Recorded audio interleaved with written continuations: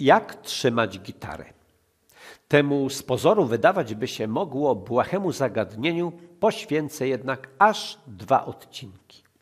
I jestem przekonany, że po ich obejrzeniu za każdym razem, kiedy będziesz brał do ręki instrument, przypomnisz sobie moje wykłady, praktyczne wskazówki i będziesz wdzięczny za wiedzę, którą ci w nich przekażę. Przejdę zatem od razu do rzeczy. Z całą pewnością nie raz widziałeś gitarzystów. Byłeś na niejednym koncercie, a w wolnych chwilach oglądasz na YouTube swoje ulubione kawałki. I pewno dostrzegłeś, że są 2 sposoby trzymania gitary. Kiedy gitarę trzymamy pomiędzy rozwartymi nogami, mówimy o chwycie męskim. Kiedy natomiast gitara oparta jest na jednej nodze, taki sposób trzymania gitary nazywamy chwytem damskim. Owo nazewnictwo wywodzi się od powszechności stosowania sposobów trzymania gitar, a mianowicie znaczna część gitarzystów trzyma gitarę chwytem męskim, gitarzystki zaś na ogół trzymają gitarę chwytem damskim.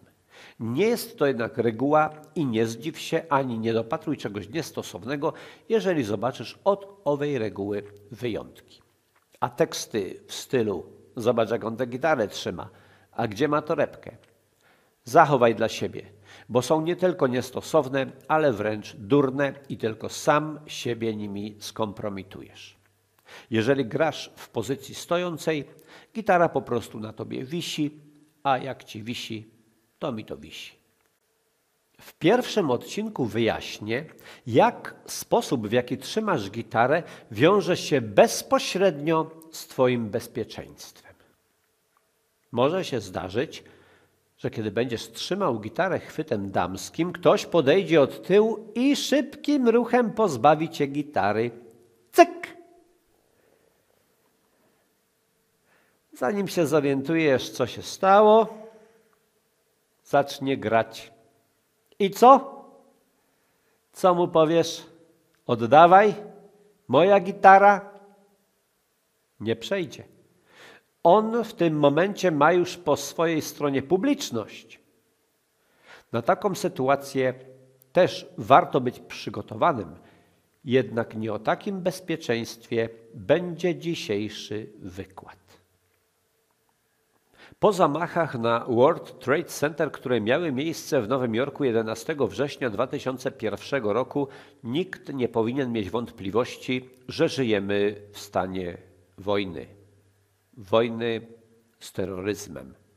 I nie można wykluczyć sytuacji, w której na twoim koncercie pojawi się terrorysta zamachowiec. Nic nie pomogą bramki, ochraniarze, wykrywacze metali, jeżeli niczym biblijny Dawid będzie miał ze sobą proce i kilka kamieni. Bo to jest moment. Wyjmuje, celuje, strzela. Człowiek strzela, ślepy los kamienie nosi. I jest dokładnie jak w totolotku. Chybił, trafił. A jak trafi, to gdzie?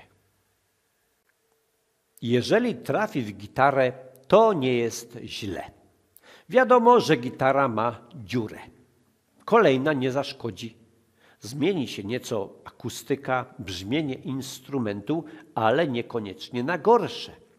Nie to jednak jest ważne. Cena takiego instrumentu z całą pewnością wzrośnie i to znacząco.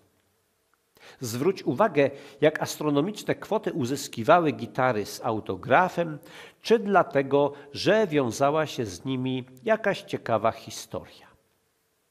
A gitara z dziurą po kamieniu, z zamachu, to byłaby prawdziwa perełka.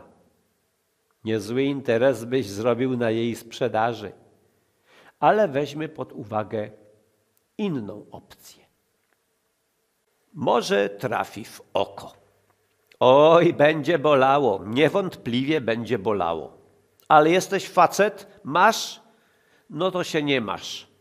Poboli, za miesiąc boleć przestanie, a pamiątka zostanie. Staniesz się muzykiem rozpoznawalnym, jednooką ikoną gatunku, który reprezentujesz. Ludzie nie będą pamiętać, jak się nazywasz, a będą o tobie mówić.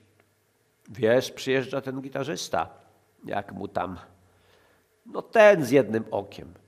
Ach ten, to od razu tak mogłeś gadać. Poważnie będzie u nas koncertować? To muszę bilet kupić.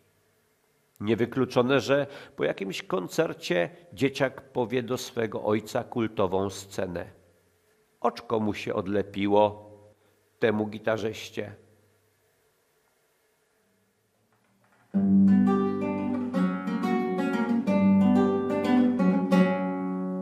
W studni woda zimna i głęboka.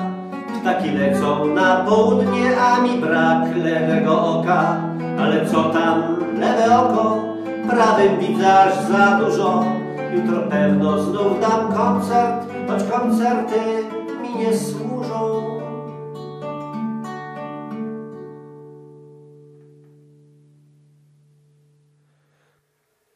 Nie chciałbym się w tym temacie zbytnio niepotrzebnie rozwlekać.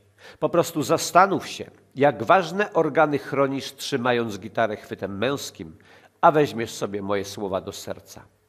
Bo lepszy artysta jednooki niż ten, który śpiewa cienko.